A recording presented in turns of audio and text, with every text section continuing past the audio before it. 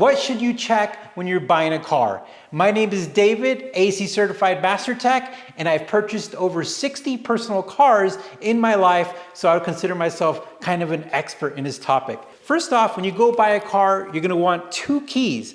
And this is something that's overlooked because in today's world, if you try to go get a new key, it can run you anywhere from $400 to $500 to $800. As a matter of fact, I know somebody who just got a key for their Mercedes, and to get a new key and for it to be coded, it was $800. So having 2 keys is not only going to save you if you lose a key, but it's also going to help you sell the car later on because most people definitely want 2 keys. Another thing too is you're going to want to make sure that the car has some type of records. And what I mean by that is that you're going to want to make sure that the car has been serviced. You want to see some recent service records. You want to make sure that has a good history. And usually when you get service records, you can match that with the Carfax. You could get a Carfax and you can look at the records, and that's going to help you to see a consistent service history. Another thing that is very overlooked when you're buying a car is the tires. A lot of people who are not familiar with mechanics or tires, you're just going to look at them, and if they look good, you're like, awesome.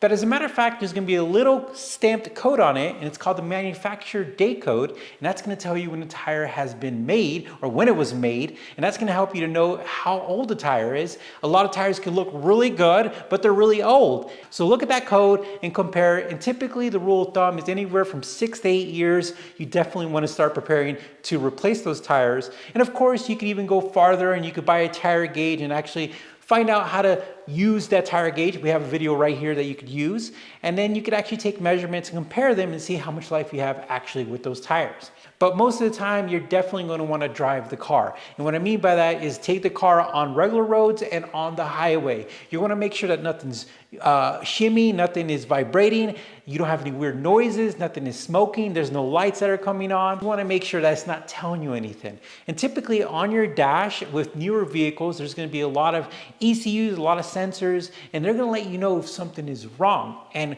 the way you find that out is as you're driving, you might see a little light, and that's going to be your check engine light. You want to make sure that it's not flashing, that's not on. Also, if it is on, most likely if you really like the car and you want to find out what that is, you're going to have to take it to a mechanic so they could read that code and tell you what's wrong.